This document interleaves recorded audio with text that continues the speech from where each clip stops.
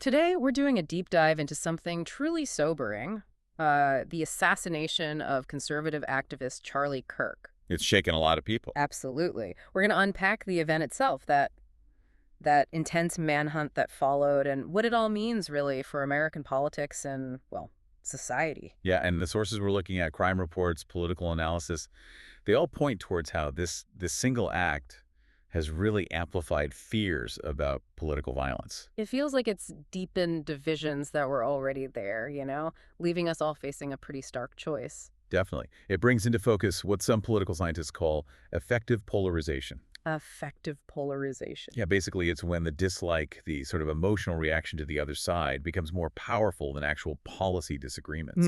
And for some, it seems violence starts to feel, well, almost necessary. That's a chilling thought. So let's go back to that day, September 10th, Orem, Utah. Charlie Kirk, he was only 31. Speaking outdoors, prove me wrong event. Big crowd, too, about 3,000 people. And about 20 minutes in, just one shot from a rooftop nearby, maybe 150, 200 yards out. That's right. Struck him in the neck. The video footage? Yeah. Well, it captures the chaos.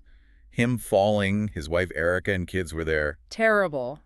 Just terrible. The crowd scattered, and he was pronounced dead at the hospital. And that immediately kicked off this huge manhunt.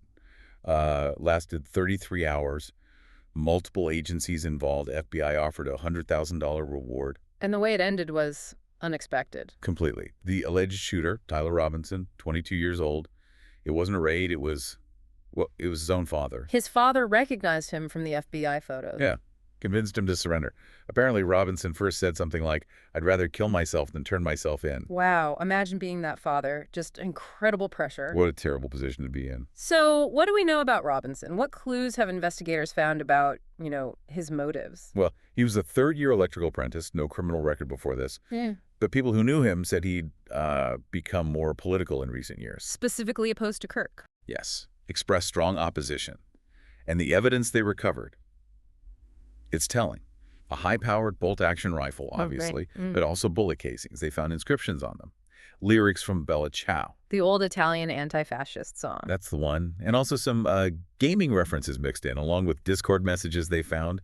It paints a picture of maybe a very specific kind of online-driven ideology. So facing aggravated murder charges now. Correct. And this isn't happening in a vacuum, right? This feels like part of a larger, really disturbing pattern. It absolutely is. We had the 2 assassination attempts on President Trump last year, 2024. Then the murder of those state lawmakers in Minnesota just this past June. Experts are saying overall violent crime might be down, but political violence it's climbing. It is, and alarmingly so. There was a report mentioning the U.S. is now the only Western nation in the world's 50 most conflict-ridden countries. That's a statistic that really makes you stop and think. People are comparing this climate to the 60s and 70s. They are, and you can see why, in terms of the volatility, the tension. But is it really the same? I'm not so sure. How so? Well, the intensity might feel familiar, maybe.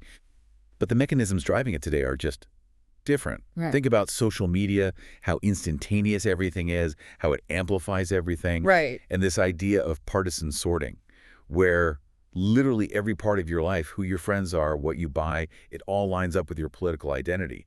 That creates a different kind of pressure cooker than existed back then. Yeah, I see that. And that pressure, that fear, it's definitely being felt in Congress. Oh, absolutely. Security concerns are sky high. They're projecting 14,000 threat assessment cases this year. 14,000, that's what, a 50% jump from last year? A massive increase. So you're seeing lawmakers canceling public events, moving things indoors, and there's this looming deadline, too, for security funding. It expires September 30th. So that's under review right now. It has to be. Politically, though, this assassination just threw gasoline on the fire. How did that play out? Well, you had some bipartisan calls for unity, condemning violence. Former VP Kamala Harris made statements like that. But almost immediately, others, President Trump, Elon Musk, they pointed fingers directly at the radical left, using phrases like, "This is war." So immediate escalation. Very much so. Right. And social media just ran with it. Graphic content spreading, but also doxing campaigns. People who made critical comments about Kirk online found themselves targeted. Some lost their jobs. It's just incredibly divisive. And Charlie Kirk himself, his legacy, it's complicated, isn't it? Founder of Turning Point USA, huge influence on young conservatives, close to Trump. Right. He built a significant movement. But he was also known for making some very controversial, inflammatory statements himself over the years. Which brings us back to that question Utah's Governor Spencer Cox asked. It seems pretty central now. It really does. He framed it as, do we escalate or do we find an off-ramp? And that seems to be the crux of it. This deep dive really shows a nation just grappling. Deep divisions, rising violence. You got this hyper-partisan environment, social media fanning the flames, easy access to weapons. It's a dangerous mix. The legal case against Robinson will unfold. Decisions on security funding are urgent. Looming large, yes. But the bigger question, the one for you listening, is maybe more fundamental. In a time when it feels like everyone's sorted into political camps, viewing the other side as almost an existential threat, what actually works? What reforms, what de-escalation, what kind of leadership could genuinely steer us away from more political violence? That is the question, isn't it?